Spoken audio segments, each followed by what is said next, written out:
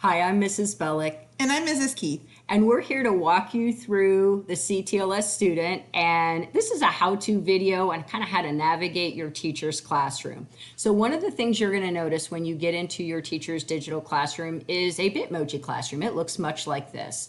When you hit or click the hyperlinks, which it looks like this.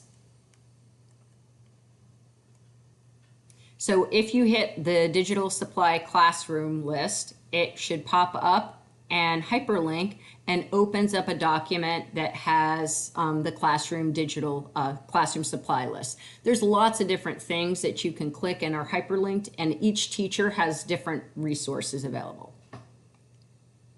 So once you log in to CTLS Classroom, the digital platform, there's a couple different ways you can log in. You can go in through the student portal, and it has an icon that looks like this at the top. And those will be on a Cobb County issued computer. Most of you, if you're using a device that's a personal device, you're going to go to ctlslearn.cobbk12.org. We would highly suggest that once you get there, put it in your favorites and bookmark it so it's easy to access. When you get in and click on and log into the platform, you'll see a page that looks much like this. You'll have social studies, you'll have science, you'll have math, and you'll have language arts. And you just want to click the class that you're going to click all of your classes before class starts. Once you open up a page, it looks much like this. You have your instructor at the top. It has an announcement section and a class board. So once you click instructor, don't be scared of that little red button. You need to click it, and it drops down and gives you your teacher's contact information. So it has the, most teachers want to be contacted via email, but we also have office hours, and it should be listed in the notes section. Then you've got a class announcement. You have different assignments. If the teacher bookmarks it, your assignments will be also under announcements. You need to check those before you go to class each day, and you want to write that information in your agenda. And then you also want to check your class board. Oftentimes the teacher will put a welcome video. That's where your Bitmoji classroom will be, and other resources. It's a good idea to check both. So once you go and you've already logged into the platform, you were already at your home page, now you want to drop down and go to a digital session. And that's going to pull up, and then you'll log in to the date that it is. So for example, our first day is August the 17th and 18th. At the top, you've got tabs across the top that show you where you are. You also have tabs that go along the side that you can navigate. So you can navigate either way, but it tells you the date that you're on. It has class announcements. One of the things that you want to do is you want to open up the digital session by clicking the lesson. And once the teacher is live, it will say live in that digital session, and you can go ahead and log in. You also have across the top, you have resources, lesson resources. It will have your digital textbook if there is a digital textbook for your class. You can do student uploads, and you can also do lesson assignments. And that's where you will submit things that are for a grade. So once you click those different tabs, different things will allow you to access different things within the platform. And again, you can navigate either along the side or at the bottom. The first thing you want to do once you're in a digital classroom, and you can click in that digital platform before class starts, it's not live yet, and you want to write down your learning objectives. So you want to see what you're doing for that day. In your agenda, you definitely want to write what your homework is. So you want to have that done before class starts. And this is sort of like what you would see and is posted in the classroom on a board.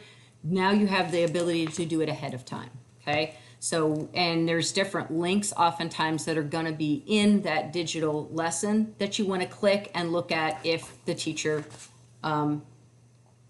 says that. And that's your graded. And leadership class. Oh, yeah. She's trying to say your homework is part of your agenda check in the leadership class, so make sure that every day you write that in your agenda and keep up. All right, so when a task indicates that you need to download a copy of something, there are a couple things you need to know. So one of the features of CTLS is that things can be embedded. And so you might click on your session and see session number 1, say in my class. This clearly indicates these are what you must submit before Friday. So it says open and view the video. It's linked. You can tell that because it's in red. A lot of times links show up in blue, but for some reason they show up mostly in red because red is the base color in this platform. Then it says click and open the closed notes and download a copy. So you would double click the words Universe Closed Notes because that means it's going to prompt you to open them, okay?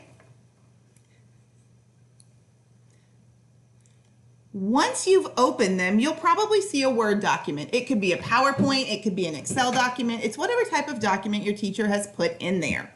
So for this particular one, it is a Word document, and this is the special feature right here, Open in Desktop app, that you need to know about.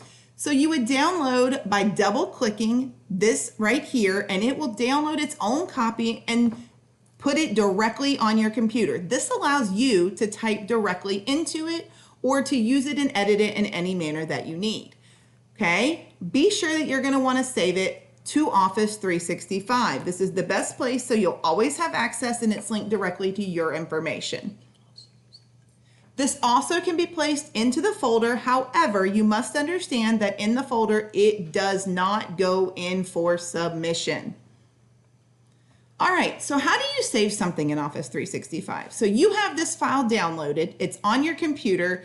What's the best way to go and save it? So you're gonna go to File, and then you need to select over here, Save or Save As. Either one of them are fine. Save As is the easiest, and it will prompt you, most likely with the name of the file, to be there, okay? Once it does that, you're gonna want to make sure you add your first and last name.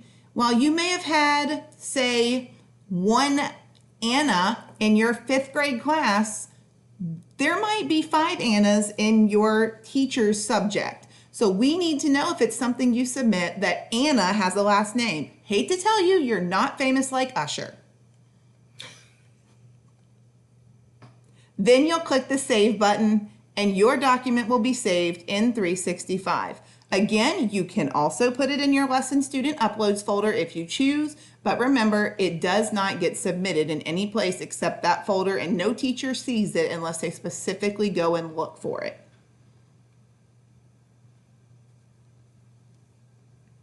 All right, so how to complete an assignment. Again, you have tabs across the page once you're in a subject. Click on Lesson Assignment and the name of the assignment will show at the top. They will also indicate the teacher and tell you that the status has been assigned. You should also see a start and a due date posted in green.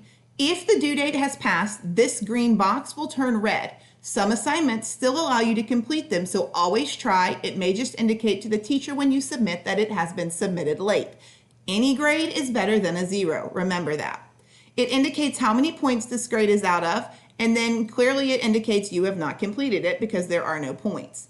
So you can see that you might have instructions or an attachment linked. So this one particularly, that's the example, has directions on what to do, tells you when to do it, and it has a direct link. Again, red is the link, not blue in this case because of our platform. You would double click the link, open it, save it, and you can resubmit it down here. The most important feature of this is the Submit Response button.